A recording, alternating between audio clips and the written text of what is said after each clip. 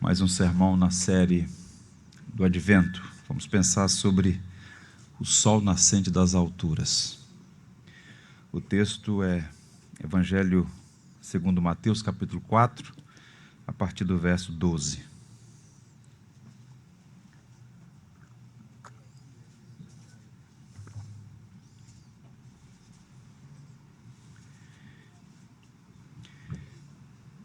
Ouvindo, porém, Jesus que João fora preso, retirou-se para a Galiléia e, deixando Nazaré, foi morar em Cafarnaum, situada à beira-mar, nos confins de Zebulon e Naftali, para que se cumprisse o que fora dito por intermédio do profeta Isaías.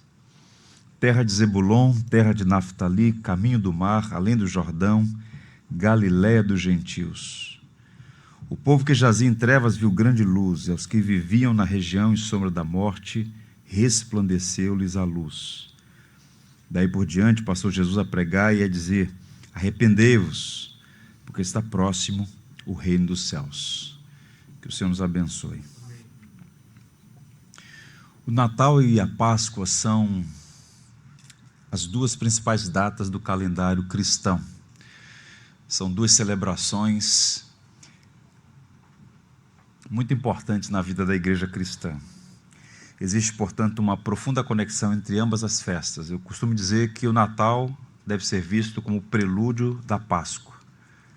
Ele nasceu para morrer. As duas coisas estão conectadas e apontam para a obra redentora de Jesus Cristo. O Natal, portanto, é a encarnação do Verbo de Deus. Deus se fez um de nós, com o propósito de entrar na história e cumprir uma promessa que ele fez lá no Éden, uma promessa de redenção, de salvação, para que a promessa que ele fez de enviar o Redentor pudesse ser realidade para os mais variados grupos humanos. E no Evangelho segundo Mateus, nós somos apresentados aqui ao itinerário da graça. Nós sabemos que Jesus nasceu em Belém, na Judéia, uma inexpressível aldeia perto de Jerusalém. Ele foi criado na Galiléia, mais especificamente na cidade de Nazaré. Daí a razão pela qual muitas vezes, de forma jocosa, ele era chamado de Nazareno e Galileu. Depois de seu batismo e subsequente prisão de João, ele deixa Nazaré e vai morar em Cafarnaum, onde ele estabelece a sua base de operações para o seu ministério no extremo norte de Israel. Essa passagem que nós lemos, Mateus cita textualmente o profeta Isaías. E de imediato isso é muito curioso, porque os evangelistas, eles escrevem tendo um público em mente. E Mateus escreveu para um público judeu. E ele começa e termina o seu livro falando sobre os gentios, lembrando ao povo de Israel que, embora, como disse o próprio Jesus, a salvação vem dos judeus, o propósito de Deus é salvar todos os povos da terra. A última palavra, o capítulo 28, ele diz que o evangelho deve ser pregado em todas as nações. E nessa passagem é interessante porque ele está falando de a redenção alcançando também a Galiléia dos gentios. Portanto, Mateus está já mostrando à sua audiência o propósito mais amplo da salvação, que não está restrito aos judeus, mas se estende a todos os povos da terra. E Isaías é citado por Mateus. Isso é muito interessante, porque Isaías é o profeta evangélico. É o escritor bíblico com o maior número de profecias sobre Jesus Cristo. E ele então cita essa movimentação geográfica aqui, para mostrar que todo o movimento de Jesus, eu vou chamar de itinerário da graça, aponta para o cumprimento da profecia. Deixando Nazaré, foi morar em Cafarnaum, situada à beira-mar, nos confins de Zebulon e Naftali, para que se cumprisse o que fora dito por intermédio do profeta Isaías. Então, esse trajeto de Jesus é para que o vaticínio de Isaías, 800 anos antes, se cumprisse. Ele sai da Judéia, vai para a Galiléia, para que a palavra, para que o verbo tornasse carne, para que o abstrato se tornasse concreto, para que tudo quanto foi projeto de Deus se realizasse na pessoa de Jesus, diante dos olhos daquelas pessoas todas. Então Jesus veio a este mundo para que a palavra, para que a promessa, para que a vontade, para que o desejo de Deus, para que a boa proposta de Deus, para que o evangelho, a boa notícia, para todos os homens se tornasse palpável, tangível, para que a palavra de Deus, a salvação, fosse vista face a face, cara a cara. Há muitas coisas na Bíblia que são interessantes. Uma delas é justamente esse amor de Deus inexplicável, pródigo, em favor dos homens. João diz que Deus amou o mundo e amou de forma tão intensa, tão profunda, tão apaixonada, que Deus fez o mais difícil e o mais improvável. Deus enviou o seu Filho. O Natal é fundamentalmente sobre o cumprimento dessa profecia, dessa promessa. Deus se tornou gente a fim de redimir pecadores. E essa é a maior expressão do amor de Deus. Deus amou pessoas, gente de todas as tribos, línguas, etnias, de cada povo da terra, independente do status social, se burguês ou favelado. Deus amou, não importa quem ou onde. Quem pode explicar isso? A grandeza do amor de Deus. E nós devemos aceitar, irmãos, ia ser um bom teste para nós, devemos aceitar que seria justo se Deus condenasse todos os homens por conta dos seus pecados. Mas Deus escolheu manifestar sua misericórdia. Deus escolheu, no tempo oportuno, cumprir a promessa de enviar o Redentor, que nasceu do povo judeu, graça que se estendeu aos judeus, mas que também foi para além das fronteiras de Israel e tem alcançado povos de todas as nações do mundo. Nós estamos aqui como quem enxertados na videira.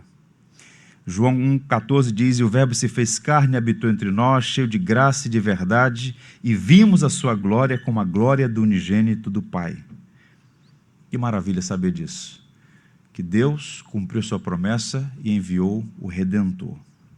Mateus mostra a graça de Deus se manifestando sobre 3 grupos humanos que representam, por assim dizer, a condição miserável do ser humano sem Deus, dos filhos de Adão, e a sua desesperadora condição, uma condição que não poderia ser revertida sem essa intervenção do alto. Eu queria a atenção de vocês para mostrar 3 expressões que Mateus usa aqui, linkando com Isaías, que aponta a condição trevosa do homem e a necessidade de intervenção do alto, o sol nascente das alturas vindo sobre este mundo em trevas. E quais são as expressões que Mateus usa aqui que mostram essa graça de Deus se dirigindo aos mais improváveis do mundo? Primeiro, aos que vivem na confusão dos deuses. Você observa que ele vai citar a Galileia dos gentios. Isso não pode passar despercebido. É muito curioso notar que Jesus fixa a residência em Cafarnaum. Repito, ele nasce em Belém, Judeia. Nós estamos falando aí de 10 quilômetros de Jerusalém, cumprindo também uma profecia de Miqueias. Ele é criado em Nazaré e depois que começa o seu ministério, ele fixa sua residência em Cafarnaum. Toda aquela região é a Galileia. A Galileia do hebraico galil significa literalmente círculo. E é uma descrição apropriada porque a Galileia é um círculo dos gentios, é o círculo dos povos pagãos. Vai Jesus habitar? Pensa comigo. Ele vai morar, estabelecer residência, sua base de operações, no círculo da indecisão da fé. Ele vai colocar sua base na multiplicidade dos deuses. Na Galileia havia muitos altares, muitos cultos, e é justamente ali, naquele pandemônio de muitos credos e seitas, que Jesus fixa a residência. É ali que ele vai trabalhar. É curioso notar, porque a Galileia é redonda, daí círculo, né? E aquela região é um universo de opções de mais variadas crenças. Se nós pudéssemos traçar aqui um mapa daquela região norte, no extremo norte, já fronteira com a Síria e com o Líbano, nós temos Cesaré de Filipe, que era uma espécie de miniatura de Roma. Aquela cidade foi projetada para ser um tributo a César e, portanto, havia vários elementos da cultura e da religiosidade romana presente. E é curioso que foi naquela cidade que, pela primeira vez, os discípulos confessaram que Jesus era o Cristo. Então, havia ali um culto a Roma. No Nordeste havia os pagãos sírios. No Noroeste, os pagãos libaneses. No Mediterrâneo, os pagãos fenícios, daquela cidade de Tiro e Sidom. Lembra que foi daquelas cidades que veio uma conhecida do Antigo Testamento chamada Jezabel. região de pagãos. No sudeste, as 10 cidades gentílicas de Decápolis, cidades conhecidas pela sua aculturação greco-romana, pelos múltiplos altares, cidade de possessos, de endemoniados. E é uma estranha opção, porque Jesus não vai para Jerusalém, onde o Shema Israel estava estabelecido. Quem estivesse em Jerusalém naqueles dias ouviria manhã, tarde e noite, em variados lugares, o ouve, ó Israel, o Senhor teu Deus é o único Deus. Mas ele está na Galileia, onde há múltiplos cultos, múltiplos altares, muitas crenças. Então Jesus vai ao encontro de gente confusa, multidirecionada, atormentada, atordoada, gente que não sabe qual é o altar, qual é o caminho, qual é o rumo, qual é a crença diante de quem se curvam. Vai ao encontro de pagãos, ele vai ao encontro dos idólatras, a fim de trazê-los de volta ao verdadeiro culto, ao verdadeiro Deus, à verdadeira adoração, porque eles todos necessitavam de graça. Então ele mesmo disse que não veio para os bons, não veio para os sãos, mas para os enfermos. E é por isso que ele se estabelece no lugar mais improvável. Toda aquela região já era vista por Roma com grande resistência, com estigma, com preconceito. Era o subúrbio do mundo. Mas Jesus não se contenta em estar no subúrbio do mundo na perspectiva de Roma. Ele vai para a periferia da periferia, que os próprios judeus desprezavam. Pode vir alguma coisa boa de Nazaré? É Galileu. Era assim que aquela região era vista. A graça de Deus transformou os tessalonicenses, e Paulo, na sua primeira carta, diz que eles se voltaram para Deus, deixando os ídolos, a fim de servir o Deus vivo e verdadeiro. Que maravilha! Vejam, todo ser humano é religioso. Todo ser humano é religioso. E todo ser humano precisa fazer uma leitura de qual é o objeto da sua adoração, porque é impossível viver sem adorar. Nós somos configurados, é a configuração padrão. Todo ser humano é um adorador, fomos criados por Deus e para Deus, para a sua glória. No entanto, com a entrada do pecado do mundo, o que houve foi uma corrupção do alvo, do objeto dessa adoração, de modo que, na linguagem do reformador de Genebra, o coração do homem se transformou numa fábrica de fazer ídolos. E ao invés de adorar o Deus Criador, o homem adora a criatura, forjada por sua mente corrompida. Então veja, o que está acontecendo ali é que Jesus está exercendo seu ministério naquela região, buscando trazer de volta aquelas pessoas todas, pagãos, para o culto ao verdadeiro Deus, e muitas delas foram abençoadas, alcançadas pela maravilhosa graça. A Galileia é um forte exemplo disso. Ali estavam milhares de homens e mulheres criados por Deus e para Deus, mas por conta do pecado cultuavam falsos deuses, por eles mesmos fabricados, e havia múltiplos deuses e variadas formas de culto. Agora um detalhe. Apesar de todas aquelas possibilidades, ainda hoje o maior parque romano fora da Itália fica ali, Gerache, uma miniatura da cultura greco-romana. Muitos deuses, muitos cultos, muitos altares. E a despeito de tudo isso, como hoje, nada novo debaixo do sol, os homens continuam vazios, atordoados, sem direção, sem significado. Quando Jesus viu aquela multidão, algumas vezes, evidentemente, perceptivelmente perdidas, em uma delas ele disse assim: venham a mim, todos vocês que são cansados e sobrecarregados, e eu vos aliviarei. Tomai sobre vós o meu jugo e aprendei de mim, porque eu sou manso e humilde de coração, e encontrareis descanso para vossas almas, porque o meu jugo é suave e o meu fardo é leve. Aquelas religiões todas não foram capazes de satisfazer a alma das pessoas, de nutri-las, de dar a elas significado, porque os ídolos são bons em prometer, mas são péssimos em cumprir o que prometem. Então todo homem é um adorador por natureza, mas por conta do pecado, da cegueira, da inclinação para o erro, fica tateando nas trevas, criando múltiplas religiões, múltiplos altares, mas o resultado é sempre o mesmo: vazio, desesperança, perdição. Só no Evangelho de Jesus Cristo é que nós encontramos sentido para a vida. E Cristo estabeleceu ali, porque lá em Jerusalém, ele também evangelizou lá, ele também manifestou a graça e o amor de Deus na capital. por assim dizer.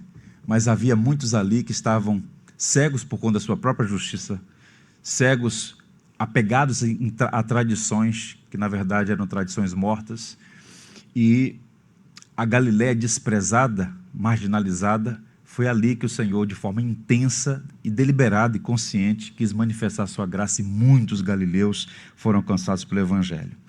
Quando nós falamos em religiões e ídolos, nós podemos incorrer no erro de restringir apenas as religiões instituídas, mas penso que Cristo veio libertar os homens de muitos outros deuses não religiosos, mas com o poder daqueles que também exercem tirania, né? Mitos e deuses não religiosos. E há dois desses ídolos que têm milhões e milhões de adoradores: Mamon e Edom. São os deuses mais cultuados desde que o pecado entrou no mundo. Mamon é dinheiro, Edom é prazer. Muita gente escravizada pelo desejo de ficar rico, ou pelo menos pela ilusão de achar que o dinheiro pode, por si, satisfazer suas almas, seus corações, e há muitos outros escravizados pelos prazeres, pelos múltiplos prazeres. Mas está escrito no Evangelho de João: se, pois, o Filho vos libertar, verdadeiramente sereis livres. Então esse itinerário da graça vai para a Galiléia dos gentios, marcada por múltiplos cultos, múltiplos altares, porque aquelas pessoas necessitavam da graça. E ainda hoje, tal como Jesus o fez, é nosso dever também anunciar o Evangelho onde o monoteísmo está evidente, exposto e pregado nas comunidades cristãs, mas é nosso dever sair pelas ruas, pelos bairros, pelas cidades, mundo afora, porque há muita gente atordoada, se curvando diante de altares, falsos deuses. Observe que a graça de Deus também se manifesta, se dirige aos que vivem nas trevas da desesperança. Jesus vai ao encontro de um povo sofrido, sepultado nas trevas da desesperança, sem expectativa, sem rumo, sem futuro. E o povo da Galiléia estava literalmente sepultado nas trevas. Sombra e escuridão era o habitar dele. Por quê? A região da Galiléia é côncava. É uma região em que toda aquela região está abaixo do nível do mar, né? Vamos pensar no entorno do lago de Genezaré, do mar da Galiléia. Nós estamos falando de 200 e poucos metros abaixo do nível do mar. Então você tem as montanhas no entorno, então as sombras predominam mais. Então, mesmo sendo dia, parte do dia é sombreado. E o que Isaías faz, e Mateus repete aqui, é olhar a topografia do norte de Israel, no caso a Galiléia, e dizer: olha, a topografia da cidade, a topografia da região, ilustra bem a condição de vocês. Vocês vivem à sombra da morte. E vocês precisam entender isso. E é interessante porque esse é um retrato 3x4 da condição do ser humano, sem Deus. Paulo diz: sem Deus e sem esperança no mundo. Trevas, sombra, e essa expressão sombra da morte, ela aparece recorrentemente no Antigo Testamento, e aqui mais uma vez citado no caso por Mateus. E é interessante notar porque quem vive nas trevas não vê nada, apenas e no máximo se sente. Densas trevas é uma expressão que denuncia que a pessoa está ali, mas nem sempre sabe onde é o ali, onde ela está. Perdição existencial. Há um momento na vida em que tudo fica tão escuro, denso e sombrio, que a vida fica destituída de sentido. E quantas pessoas vivendo assim? Os galileus não tinham propósito de vida. Muitos deles viviam sem esperança.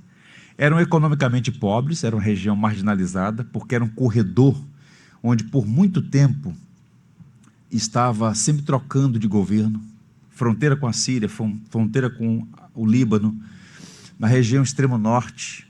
Se você observar, por exemplo, 1 Reis 9:1, ou 9:11, me falha a memória agora, Irão, rei de Tiro, deu a Salomão num acordo 20 cidades da Galiléia. Aquela região passou para o território de Israel naqueles dias, mas logo depois, com a queda da monarquia do norte, não é? Com a invasão da Síria, aquilo lá virou terra de ninguém. Então houve todo um processo de miscigenação, de sincretismo. Então aquela região toda era economicamente pobre, socialmente desprezada. O judeu de Jerusalém, da Judéia, olhavam para os galileus com extremo desprezo. Então eles viviam numa situação muito difícil, do ponto de vista político, econômico, social, mas sobretudo espiritual. Porque todos aqueles cultos e altares importados pela própria localização geográfica, uma espécie de entreposto de várias culturas, levou aquelas pessoas para um estado de mal a pior. Então vejam, o profeta Isaías no capítulo 57 vai dizer: os ímpios são como o mar agitado, incapaz de sossegar e cujas águas esperem lama e lodo. Para os ímpios não há paz, diz o meu Deus. E é por conta dessa falta de esperança e vida que as pessoas estão sendo induzidas a adubar suas vidas com falsos referenciais de significação. Isso é muito forte. Há bons livros sobre esse assunto, pelo menos uns 3 ou 4 que eu poderia indicar, mas um deles, o Deuses Falsos, do Tim Keller, ele faz uma abordagem bem interessante, porque vejam, o que seriam falsos referenciais de significação? As pessoas, por natureza, elas não têm esperança. Elas têm no máximo otimismo, é aquela ideia vaga de que a vida vai melhorar, mas não se sabe por quê nem como. É típico brasileiro, né? Dólar chegando a 7, e eles acham que as coisas vão melhorar num passe de mágica. Mas vejam, mas quais são esses falsos referenciais de significação? Elas acham que simplesmente se melhorar o padrão educacional, se fizer uma especialização, se conseguir um bom emprego, a casa própria, o casamento, uma vida boa, uma vida confortável, para alguns o sonho americano. Mas algumas pessoas alcançam essas coisas todas, olham pela varanda, abrem a janela do seu apartamento, olham o mar e não há motivos pelos quais viver. É impressionante, eu já disse a seus irmãos, há variados estudos sobre as razões disso. O número de pessoas que desistem da vida na Escandinávia, que tem um IDH altíssimo, Suécia, Noruega, Dinamarca, no Japão. E aqui no Brasil, para nossa surpresa, a Dubai brasileira, Balneário Camboriú, já é hoje no Brasil a cidade com maior número de suicídios, percentualmente. E a pergunta é por quê? Porque nem sempre essas coisas, conquanto boas e necessárias algumas delas, emprestam para a vida significado. Então muita gente está adubando a vida com falsos referenciais. Isso fica evidente agora na vitrine das vaidades, na feira das vaidades, são as redes sociais. Meu filho, minha vida. Minha esposa, minha vida. Minha casa, minha vida. Tudo é minha vida. Só que quando uma dessas coisas escorrer por entre os seus dedos, você está perdido. E as coisas vão escorrer. Inevitavelmente, em algum momento, você vai perder coisas que para você são preciosas. E se você colocar o seu coração, a sua esperança, a sua alegria nessas coisas que por vezes é dádiva de Deus, você vai ser consumido pela desesperança. Quando isso acontece, a desesperança se instala, aí vem a depressão, que é o esvaziamento da esperança, faz morada. Eu posso garantir aos irmãos que este mundo é um calabouço de trevas e desesperança. Quem de fato dá sentido à vida é Cristo. Quem tem um filho tem tudo. Quem não tem um filho não tem nada. Salomão é um exemplo disso. Tudo o que os meus olhos viram e desejaram, eu não os neguei. Já pensou isso? Esse podia. Olha o que ele está dizendo. Tudo o que eu desejei, eu obtive. Nem todo mundo pode dizer isso. Há coisa que você deseja, mas nunca vai ter. Mas ele diz, tudo o que os meus olhos contemplaram e eu quis, eu tive. E ao final ele diz, é tudo vaidade, é bolha de sabão, eu corri atrás do vento. Vejam, a desesperança é uma forte característica do nosso tempo. Vida sem significado, no vazio existencial. Se você vai para o campo da filosofia, homens inteligentes que viveram uma vida profundamente amargurada. Poderia citar aqui Sartre, o filósofo existencialista francês, que viveu um desespero do início ao fim da vida, definindo, por exemplo, o homem como uma bolha vazia no mar do nada, uma ruga no universo. Outro foi encontrado num jardim em uma cidade na Alemanha, e ele está lá sentado, olhando para o horizonte, perdido. O guarda se aproxima e pergunta para ele, quem é você? Ele diz, meu caro, eu daria tudo para responder a sua pergunta. Há anos tentando responder quem eu sou e não conseguia, se miscuindo, misturando-se, em variadas filosofias para encontrar sentido para a vida, e há muita gente assim, sem esperança. Então os galileus, em alguma medida, estavam espiritualmente opressos pela tirania do pior dos poderes, o poder do pecado escravizador, o poder do adversário de nossas almas, e subjugados por forças políticas que empobrecia aquela região cada vez mais, num joguete de tiranetes que mudavam de tempos em tempos, mas eles foram favorecidos de uma maneira muito especial. Tente imaginar. O Verbo eterno se fez gente e andou no subúrbio do mundo. Andou entre aquelas pessoas, abraçou os inabraçáveis, visitou a casa das pessoas, ouviu as pessoas, curou, pregou para elas, ensinou, abraçou aquelas crianças. Então, esse é um tempo da gente celebrar a encarnação do Verbo. Está escrito: quem tem um filho tem a vida, quem não tem um filho de Deus não tem a vida. 1 João 5, verso 12. Avançando, há um terceiro grupo aqui, os que vivem à sombra da morte. A morte estava tão perto deles que fazia sombra sobre a pessoa. Como eu disse aos irmãos, na Galileia escurece mais cedo. A região é tão côncava e funda que, mesmo sendo dia, as trevas prevalecem. E essa expressão morte, ou a sombra da morte, é um retrato desse desespero que eu ainda há pouco mencionei. E o Evangelho é a boa notícia de que Deus se importa com o ser humano e providenciou o único meio, o perfeito meio, através do qual ele pode fazer o caminho de volta. Nós terminamos uma série de reflexões na carta de Paulo a Tito, e a perícope central, capítulo 2, a partir do verso 11, quando Paulo diz: porque a graça de Deus se manifestou salvadora a todos os homens. Todos os homens significa todos os grupos humanos. Está linkado ao que Paulo estava dizendo anteriormente. Então Mateus está registrando que a graça de Deus libertou os homens e pode libertar os homens de toda a religiosidade vã, da desesperança e da morte. Todavia, existe uma pergunta que deve ser feita, e é absolutamente necessária, e nos remete ao tema dessa reflexão. Como é que Deus tornou tudo isso possível? Como é possível tirar as pessoas da confusão dos deuses, dessepultá-la das trevas da desesperança e removê-las da sombra da morte para a sombra do Onipotente? Como é que Deus faz isso na história? Isso está escrito aí no verso 16 do texto que nós lemos. O povo que jazia em trevas viu grande luz, e aos que viviam na região e sombra da morte resplandeceu-lhes a luz. Então, não foi o homem que fez o caminho de volta para Deus, foi Deus que veio ao seu encontro. O povo que jazia em trevas viu grande luz, e os que viviam na região e sombra da morte resplandeceu-lhes a luz. Eu gosto muito dessa expressão, sol nascente das alturas. Uma coisa bonita no Rio de Janeiro é o amanhecer do dia, né? Quando o sol está despontando no horizonte, por trás da montanha, junto ao mar, coisa linda. E essa expressão é interessante porque na liturgia nós lemos o cântico de Zacarias. Quem é Zacarias? Ele é um sacerdote, ele é um homem de avançada idade, casado com uma mulher estéril, Isabel, e ele recebe a promessa de ser pai.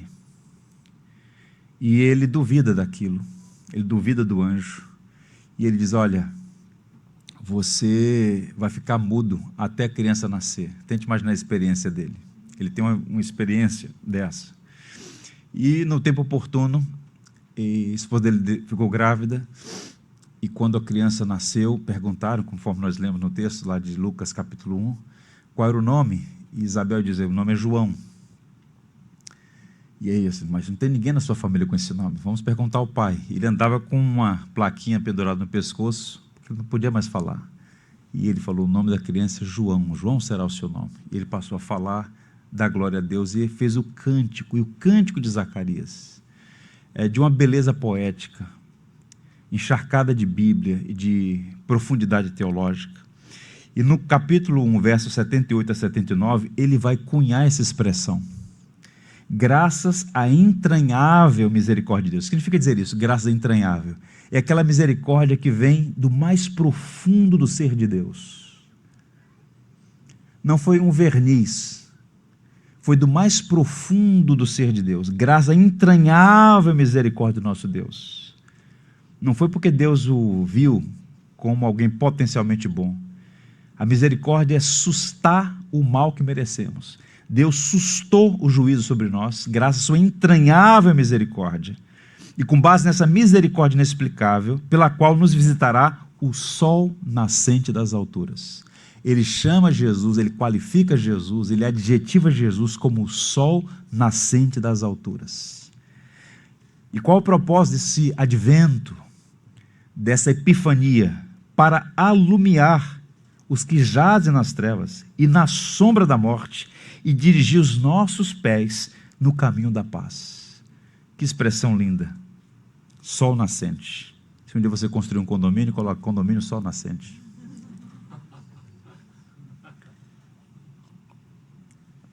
Jesus veio, Deus cumpriu a sua promessa de redenção, Deus cumpriu a promessa. Nosso Senhor se fez gente, repito, tocou os intocáveis, visitou os lares nunca antes visitados, andou com leprosos, tocou leprosos, andou com gente de caráter duvidoso. E é interessante notar, ali estava a luz verdadeira que ilumina todo homem que vem ao mundo, de João lá no prólogo. E a profecia é interessante por variadas razões, e uma delas ainda mais, é porque dois territórios são citados aqui, Zebulon e Naftali. E a pergunta é por quê? Essas duas tribos ficavam no extremo norte, faziam limítrofe, né? Vizinhas de povos pagãos. O Monte Hermon, por exemplo, fica a 10 quilômetros da Síria, e 70 quilômetros de Damasco, 90 quilômetros de Beirute, então fica no extremo norte. E esses dois territórios, Zebulon e Naftali, né? Que era uma rota comercial naqueles dias, por conta da sua localização. Essas duas tribos foram dizimadas, destruídas pelo Império Assírio, deixaram de existir. Essas duas tribos se perderam por completo. E durante séculos que viviam nesse território, estiveram, portanto, expostos à agressão política e militar do norte, tanto da Síria quanto da Assíria. Estavam expostos à corrosiva influência moral e religiosa daquele ambiente pagão. E foram os assírios que devastaram por definitivo aquela região. Agora o que está acontecendo? Deus, nos primeiros tempos, diz o profeta Isaías, tornou a desprezível terra de Zebulon e a terra de Naftali. Mas nos últimos dias tornará glorioso o caminho do mar, além do Jordão, a Galiléia dos gentios. Isso é interessante. D.A. Carson diz assim: Zebulon e Naftali foram tribos humilhadas ao máximo pela Assíria. Deixaram de existir como tribo de Israel. Mas, quando o Messias veio, foi justamente para aquela região desprezada que ele se dirigiu para manifestar a sua graça. E ainda hoje Deus faz a mesma coisa. A Bíblia diz que Deus resiste ao soberbo, ele se esconde dos soberbos, mas aos humildes concede graça. E no caso, é interessante notar que Jesus Cristo veio a este mundo e foi justamente estabelecer na Galiléia dos gentios, e a terra de Zebulon e Naftali, no caminho do mar, o povo viu grande luz. Era o próprio Cristo trazendo salvação. O sol brilhou sobre eles. Agora veja, irmãos, o sol brilhou, a luz resplandeceu sobre a escuridão, mas ainda assim há muita gente que não vê, há muita gente que não enxerga.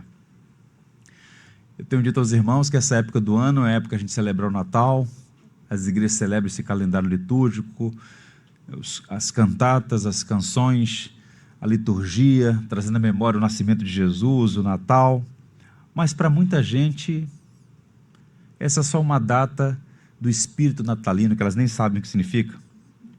Trocar presentes e planejar festa, reunião de família, dizer Feliz Natal. Há muita gente que ainda não viu a luz, ainda não viu, ainda não reconheceu a Jesus. É necessário, na linguagem do apóstolo Paulo, o que ele chamou de iluminação do coração. Essa expressão é cunhada por Paulo na carta aos Coríntios. Ele está dizendo o seguinte: o sol já brilhou, mas tem muita gente entorpecida e não consegue enxergar. E Paulo explica a razão pela qual muita gente não enxerga a mensagem do Evangelho, não discerne o significado do Natal. 2 Coríntios 4, verso 4, o Deus deste século cegou o entendimento dos incrédulos para que não lhes resplandeça a luz do Evangelho da glória de Cristo, que é a imagem de Deus. Então, na perspectiva do apóstolo Paulo, há um entorpecimento da mente, do coração, que priva as pessoas de enxergarem a luz. Ele já veio, mas muitas pessoas ainda não viram a glória de Deus na face de Cristo. O sol nasce todos os dias e, no entanto, há milhares de pessoas que não veem nada, são espiritualmente cegas. Para ler a profecia, citado por Mateus, direto lá de Isaías, no capítulo 9, é dito assim: mas para a terra que estava aflita, não continuará na obscuridade. Deus, nos primeiros tempos, tornou desprezível a terra de Zebulon e Naftali, mas nos últimos dias tornará glorioso o caminho do mar, além do Jordão, Galileia dos gentios. O povo que andava em trevas viu grande luz, os que viviam na região e sombra da morte, resplandeceu-lhes a luz. Louvado seja Deus por Jesus Cristo, que é o sol nascente das alturas. A luz do sol traz consigo três coisas interessantes. Eu falo aqui para os irmãos como uma aplicação para a nossa edificação, pensando na figura do sol. O sol nos dá vida. É interessante isso. Deus é fonte de toda a vida. Sem a luz solar, nós morreríamos congelados. O sol é fonte de vida e somente em Deus nós vivemos, nos movemos e existimos. Assim como o sol é fonte de vida, fomos criados por Deus e para Deus. Assim como a vida é impossível sem o sol, nós não temos vida sem o Senhor, nós não podemos viver sem Deus, que é a fonte da vida. Então, todas as vezes que o homem tenta emancipar-se, tornar-se autônomo, buscando cisternas rachadas que não contêm água, ele definha. Só a vida no Senhor. Assim como o ser humano precisa do sol como uma fonte de vida, ele precisa do seu Criador. O sol mostra a verdade. Deus é fonte de toda a verdade. Se você entrar num quarto totalmente escuro, densamente escuro, for procurar um objeto, a possibilidade de você encontrar é praticamente zero. Se você dirigir à noite numa estrada sem os faróis, você pode causar um acidente grave, prejudicando a si mesmo e quem sabe até outras pessoas. A luz mostra a verdade. Deus é fonte de toda a verdade. É por isso que João diz que eles aborreceram a Jesus, rejeitaram a Jesus, porque Jesus é luz. E a luz resplandeceu e revelou as trevas deles. C.S. Lewis, por muito tempo um crítico da fé cristã, gnóstico e até em algum momento um ateu professo, quando alcançado pela graça, ele prestou grandes serviços na área de apologética. E tem uma frase dele que diz assim: eu acredito no cristianismo como acredito que o sol nasce todo dia. Não apenas porque eu vejo, mas porque através dele eu vejo tudo ao meu redor. Ou seja, a fé cristã, ela, por assim dizer, são as lentes através das quais a gente enxerga a realidade tal como ela é. Então, assim como o sol mostra a realidade, a luz tem esse papel de evidenciar a realidade, nós precisamos de Deus, que é fonte de verdade. E também o sol é belo. Deus é fonte de toda beleza e alegria. O encantamento e alegria enche o nosso coração, por exemplo, no dia de sol. A previsão de hoje era para chuva o dia todo, e aí os raios do sol estão entrando aqui pelas janelas. Então o sol é belo. Fomos criados por um Deus que ama a beleza, as cores, a harmonia e a ordem. Essas coisas são configuradas em nós. Quando o indivíduo começa a acostumar com desordem, com desarmonia, com feiura, com bagunça, e já revela que tem uma coisa errada ali. Porque nós somos criados por um Deus que ama a beleza, as cores, a harmonia e a ordem. Então, quando vemos algo feio, bagunçado e caótico, aquilo causa um estranhamento em nós. Veja o Rio de Janeiro, por exemplo. Essa amalgamada cidade, onde há beleza e caos. Você vê as coisas em ordem e, ao mesmo tempo, tanta bagunça, poluição, polui os olhos. As coisas fora de simetria, desorganizadas. Então, de fato, a beleza importa. Para nós cristãos, o Evangelho é a beleza suprema e a alegria maior, porque o Evangelho é que redime o mundo de toda feiura, de sombras, de tristezas, desesperanças. Então a gente precisa do Evangelho. E a parte final desse texto, Mateus diz que desde então começou Jesus a pregar e a dizer: arrependei-vos, porque é chegado o reino dos céus. A porta de entrada para o reino é o arrependimento.